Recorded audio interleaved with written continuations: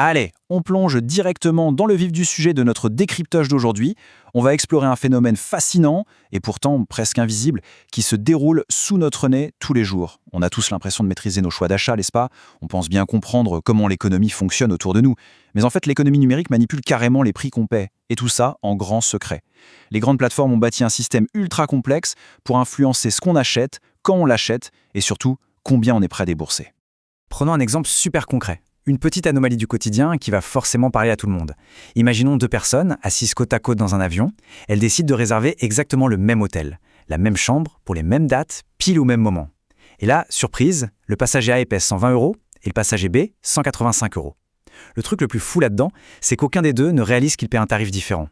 Avant, les prix changeaient une fois par mois, allaient au pire une fois par semaine. Aujourd'hui, des millions de prix changent en permanence. Et ce système, nous connaît parfois bien mieux qu'on ne se connaît soi-même. Ce qui nous amène à notre premier grand point, l'illusion des prix fixes.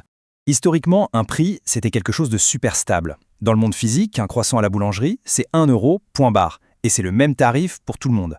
Le commerçant calcule sa marge, il met son étiquette, affaire classée. Mais si on regarde de l'autre côté de l'écran, l'économie numérique a complètement explosé ses règles. C'est l'ère de l'hyperdynamisme. Imaginez qu'il se mette à pleuvoir des cordes. La demande explose et paf, le prix d'une course Uber flambe en une fraction de seconde. Ces plateformes ont très bien compris que, dans des moments d'inconfort ou d'urgence, notre fameuse sensibilité au prix chute de façon dramatique. En fait, on ne nous vend plus juste un trajet ou un billet d'avion. L'algorithme nous vend une solution à un inconfort immédiat.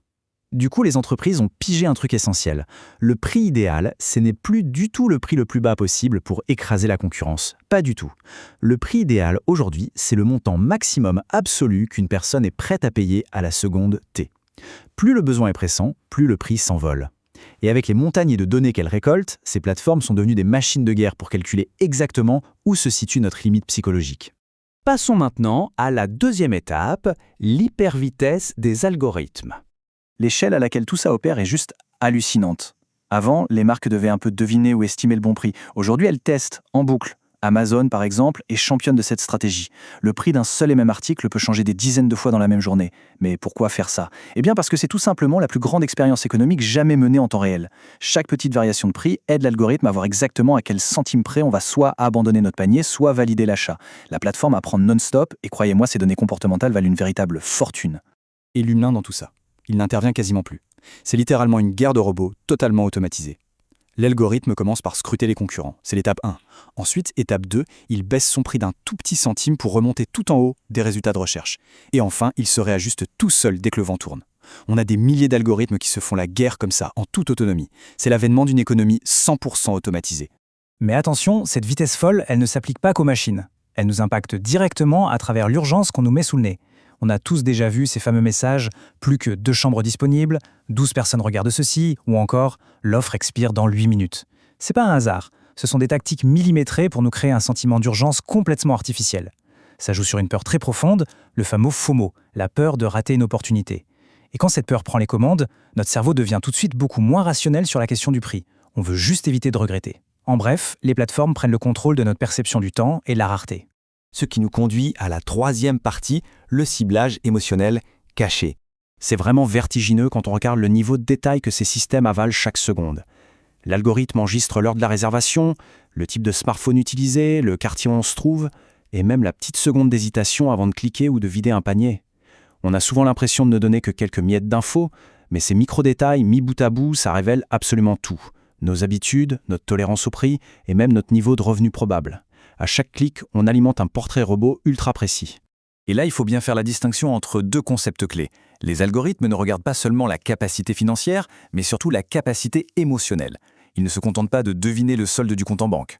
Prenons une personne très à l'aise financièrement. Elle peut très bien refuser de payer 20 € pour un truc banal juste par principe. A l'inverse, quelqu'un avec un budget beaucoup plus serré pourrait craquer pour un prix exorbitant s'il est fatigué, hyper stressé ou très pressé. Et ça, l'algorithme le sait. Il repère ses failles émotionnelles pour balancer l'offre à la seconde exacte où la résistance psychologique est la plus faible, redoutable. Et ça nous mène à notre quatrième point, la manipulation de la valeur. C'est ce qu'on appelle l'effet d'ancrage. Imaginez qu'on vous propose 3 formules d'abonnement, 29 €, 19 € et 17 €. Dans la grande majorité des cas, le cerveau humain va automatiquement se dire que l'offre à 19 € est super raisonnable. Pourquoi? Tout simplement parce que l'offre vertigineuse à 29 € sert d'appât, de point de référence. Notre cerveau est incapable d'évaluer un prix dans l'absolu. Il a viscéralement besoin de comparer. Donc, en jouant avec le contexte, les plateformes manipulent littéralement notre perception de ce qui est cher ou abordable. Autre technique qu'on adore tous détester, la fausse bonne affaire. Vous voyez le genre. Un énorme prix barré à 199 € et le tout nouveau prix affiché en grand à 79 €. Même si, en réalité, le produit en question n'a quasiment jamais été vendu à 199 €. Mais le cerveau, il adore ça. On ressent un vrai frisson psychologique de victoire, l'impression d'avoir gagné de l'argent, alors qu'en fait, on vient juste d'en dépenser. Et les abonnements, on en parle? Les Netflix, Prime, Spotify et compagnie. Les sources qu'on analyse utilisent une métaphore absolument géniale pour décrire ça. Une fuite d'eau minuscule.